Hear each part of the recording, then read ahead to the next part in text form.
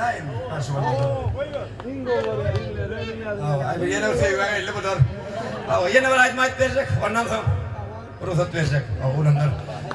Karlı adam görüyor musun? Adam rahatsızlan oğlumlar. Demmesen böyle inlenmez.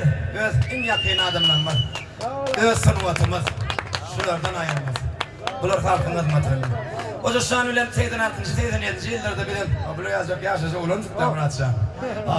O da uğurlar bıraktım yalan vardım. Yitip bittim hamala, ardım ayttım şimala. Eğer aytmasan bana ayt soğlan şimala. Ben seni toyda gördüm altın kavaklıyım. Arada yiğitler görüptür gelin bebekli. Nerede varsan da bak, dur benim